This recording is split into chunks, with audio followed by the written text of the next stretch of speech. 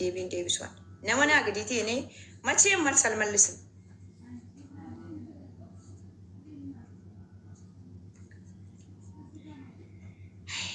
Yaa Rabbi keessumaa kiyya balleessin astaghfirullah yaa Rabbi naas abbaaf hojii waliin dhabuu abbaaf hojii waliin dhabuu abdii shaqalaa maal jechuudha kottaa argadhaa bakka manarraa galeera fixadhe bara. Mubaarikiin immoo tokkoon haadha keetii tuxxeennaan ilaa geemii koon dhufe mubaarikiin tuxxaneennaan warabbal kaabaa kana booda nata jandaasin godhata. Aksum billaa tokkoon haadha keetii mubaarikiin sammaa tuqe kana booddee namni takkittii waaxiiti. Namni takkittiin hin dhufin geemii kooyyuu namni tokkittii mubaarikiin tuxxe geemii koon dhufina laa. Mubaarikiin tuqaa geemii koon dhufina. Annama geemii koo dhufu nama geemii koo dhufne adda baafadhee bare. Yeroo nan rafe haasaa biraa haasofta yeroo nan dhaqee achi taa haasaa biraa haasoftan isin beeka shi hunda keessan. Ila namni mubaarik musammaa hin jaallanne dhuftanii ababaa tokko akkanaa kennitan isin hin barbaadu. Banni ni nama wallatti suuqeewu. Namni mubaarikiin hin jaallanne lingii akkanaan kenninaa dhuftan. Ali. Salaamu alaikum. Wa alaikum assalam jirta. Akkam nagaadha. Dhageetti mingisti. Arramoo bijaaman teetta. Maashaallah maashaallah. Manni miira keessa nagalchanii baara. Ati miira keessa maa seenta dhiisi waan namaa dhiisi. Maaliif ani seenne kun waan inni jiru argitaa miire obboleessaaf obboleettii gidduu godhanamni. Yaa dhiisi waan namaa. Ufuma hin araaramani. Rabbi walitti araarsu. Du'aa godhiif. Kanaaf inni beeku waa hunda. Yaa walitti araarsuu yaaluudha malee namni jidduu seenee haasoo hin barbaachisu beektaa. Mee Oromoo kutaa kudha tokko keessaa nama Jimmaatti kan dhaladhe ati yookaan Arsii yookaan Baalee yookaan Harargeetti dhaladhe namni gadi ba'ee iyyee Oromoo dubbataa jiru jira. Mee naaf wallahi sun immoo sirriidha. Jira. Atam walitti hin jiru namni biraan jiru malee isa malee hin jiru. Buutee Mubaariktu dubbata. Daabboo namni walitti ergee Mubaariktu dubbata. Jaartiif fuudhii namaa gubee Mubaariktu dubbata. Jaartiif Mubaariktu dubbata. Dhiirsa daabboo fi walitti ergitee addaan baate diyaaspooraa Mubaariktu dubbata. Maa ibboo jaartii ofii wajjina jiraatu dhiisaan dee mucaan haara galfatu yaaqii. Haara galfatu wallahi. Ati keessaa naa ergi daabboo warra walii ergisan hin qabdaam? Geemiin faa darbuu qoye geemuma qorraa nammaa afu amma na argite. Maali wal yaasaa hunda haadhisi. Maan kamaanii. Sinidhisi. Akkam fi shibbareedeera har'a. Maashaallah. Kaleessa leela turqadrii argadhee birriin gorsaa guute wallahi irri birraa kee birrii guutuu argeen. Qadrii meeshama suuqii argatan goote iyyuu mire akkami argatta? Meeshama suuqii dhaqanii? Meeshaa suuqii bitan seeta malee qadrii akkanuma argatanii? Bibi ana kan akkana sirratti bal'aa banu na seetaa dhaan nama rabbii sodaatu bar wallahi laazim. Naa wallahi sun masri sodaachuu qabda. Wani beeshiftaa bar. Kufee utuun boo'i rabbiin kadhadhu mee qoy ammaa siyaa wayin qabaa rabbiin kadhamu.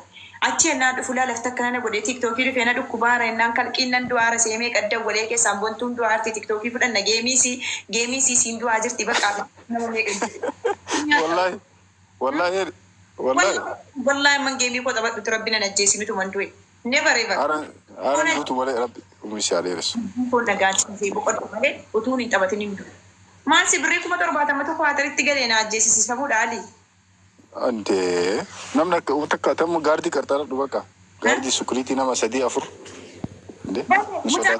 birrii fudhatee ka'e Itoophiyaa galee bontuun ajjeesu miskiinaadha sila 200 waliin amma maraataara kunoo sagalee dhaggeeffachiisu wallahi soba see hartaata nama wanta dubbachuu dhufe waa'ee geemii kootiisee taate isa namni koo harkatti argame kiniinii ulfa jedhani ulfa akkamitti nama keessaa ba'a sila ulfa baasuuf bitamee dhufe jedhani hoo. Inni eenyu keessa baasa? Kiniinii ulfa baasu bitaa makiinaa bontuu keessa buusaadha. Nama makiinaa ofirraa galchee kaa dhiisee kaan. Anuma malee. Kiniinii maas godhadhee maal? Makiinaa koo keessattuu argame shootaan nan dhiiftu kaa. Ahaa. Raattiin nagalchan dhabanaa waraqata qabaame. Dammoo kafiilli kee jara biyya kanaatii baraan galuu hin danda'u uummanni. Rabbiinidha waa hundana tolche ganamaa hin bara. Fakkeesse walla. Akkanatti jirti. Bakka ati du'aayii qabda. Wallahi du'aayii qabda. Rabbii kan kee akkanuma jabeessi karan. Wallahi. Kafiilli kiyyaanaaf nama akka abbaa kootiiti. Warra isaanatuma dirasaa geessanii ture akka faamiliitiin. Utuma abbaan beete waan beete na goote inni ana na beeka. Akka ilmoo isaatti na laala. Jaarsa waan. Kunoo laal. Maashaallah bareeda. Laan deengada du'ee noolee sii wallaahi utuma sii guyyaa tokko oleen argin dhaggeeffadhe. Tokkotti akka ilma asikkoo. Mucaan san kalaamaa akkatti baasa taanaan Turkii Muhammad Dawud baafna suuraa isaallee akkaataa inni mucaa dargee jaarraa qaban ni beeka waan ta'eef na tolbaasa mucaa jechuudha. Natu si erga. Mucaa gaafadhee si erga mucaan hoos si barsiisa yoo barbaade. Inni sila koy gontuu maaliif koy amma arabe yeroo na arrabsa sana arabe yeroo na arrabsa sana maal jedhee dhufee himannaan fakkeenyaa kan na arrabsa ani arabeen si arrabsaa jennaan dhiisaa. Diisi akka ilmoo. Mucaa san kan qaamata akkatti baasata. Inni sila koy gontuu maaliif si arrabsaa jennaan daa'imman arrabsanii. Garaasaan irratti sin arrabsee malee abbu'aan biraatti sin arrabsee. Baawwan nan arrabsee daa'imman xixiqqishuu isaanii. Heebeessi galabbadhee jennaan daa'imman maa galabbadhanii daa'imman maalitti beektii jedhee si arrabsee. Dhugaa jirtu dubbanna jechuudha. Malee kuniin kijiba kuni qallaa inni soba. Maal sitti mate keessaa wanti inni himatu. Dhaggeeffadhu birrii miliyoonaa afur nyaatte naan jedhe dhaggeeffadhu. Dhufee naa inni deebi'ee taataam na godhee. Dhaggeeffadhu. Birrii kee maaliif itti kennitee? Kuma miliyoona afur moomee gargeessa jedhee irraa qaba. Inni miliyoona afur qabaa maagiitti namaa kenna miliyoona afurii miti miliyoona lama. Waraqaa wayii jira ergee jira waraqaa sana waraqaa wayii jira ergee jira waraqaa sana. Wayyoo haadha koo wallaa rabbitu maqaa na balleesse gaa'is yoo ta'u waraqaa na ergesanii waa gurraacha wayii irra kaa'ee natti erge waa gurraacha wayii. Wallaa ni du'een jira maqaan na badeegaa. Geeffadhi dhufee as jiru dhufee beektaati. Yakki boko hatariin dhumee ijoollee guwaaddanyaa kootu nusa. Mucaa san kalaamaan akkatti baasa taara nuti. Muhammad Heeru kan turani. Mucaa san kalaamaan akkatti baasa taara Heeru kan turani. Koyetariin dhufee as jiru dhufee beektaati.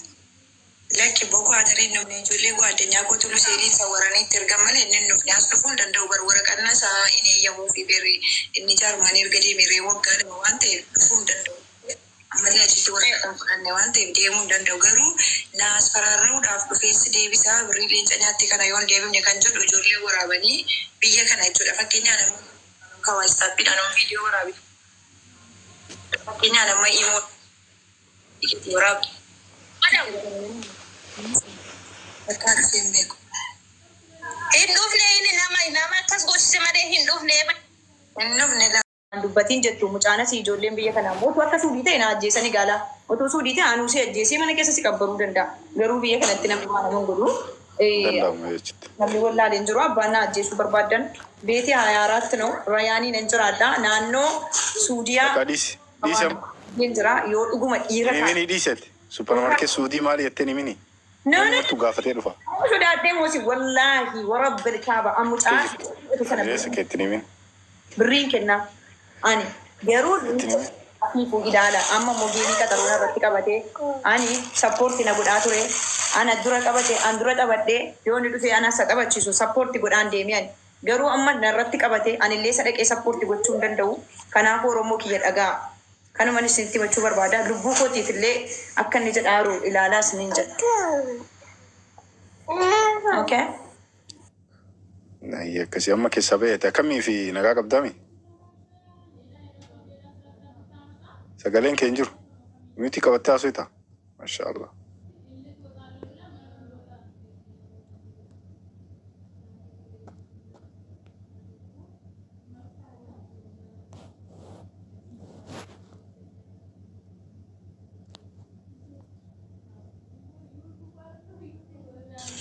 Maal jette muyitii godhadheen immoo deemee dhufee maaliish? Rakkoon qabu. Akkamii atiidha? Har'a ammoo sitti tolee jira. Ati guyyaa marraa bareedaa deemtaa bara. Mashaallah. Maal nyaatta qoy? Maal yaadate jiru? Waa tokko yaadu bara. Maal nyaatta? Assalaamu alaikum. Alaikum salaam. Assalamu alaikum uummata keenya. Boontu leenca tokko gaafa geema isaa deebisiifnee xiqqoo irraa gale. Tokko gaafa geema isaa tokko deebisiifnee. Murtii. Mee koy. Koy mee boontu jaddi. Koy mee jaddis. Ani dubbii wata sappoortii godhaa. Jaddis murtii. Kennaa wayii namaa yoo kenni akka yaadaati jechuudha. Kennaa tokko nama tokko jaalattee yoo kennite. Kennaa kennite san naa deebisi yoo jettu ati hin ulfaatu. Akka saba tokkootti olaala. Jechuun amma jechuun dhaga'i kaasii deebisaa galatu gaafachuu keetiif. Kennaa kennee minni sila egaa akka dhiiraa dhiiqatama akka nafsiitti yoo fudhanna. Ati dhiiraa kennaa kennite bakka yeroo san goote inuma jallistaami. Akkuma maatii ma jallista. So michootni sheekonnis jaarreenis martinuu kadhatanii waan baraayyuu amma boodan dubbatu jedheemi.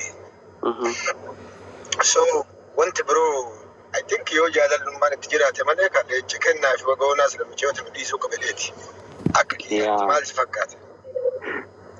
Amma yoo xiqqoo irraa galeef leenci tokkicha wii. Jaalalaa fi ammallee basi dogongora jira laali murtii ko. Qalbii san ta'e. Mucaan geedee waliin birrii 70 harkaa fudhee ajjeesisiisuudhaaf birrii 200 walii galee 200 sana ansi ajjeesuun barbaadu 70 fudhatee nama siina biraa biyya galeera.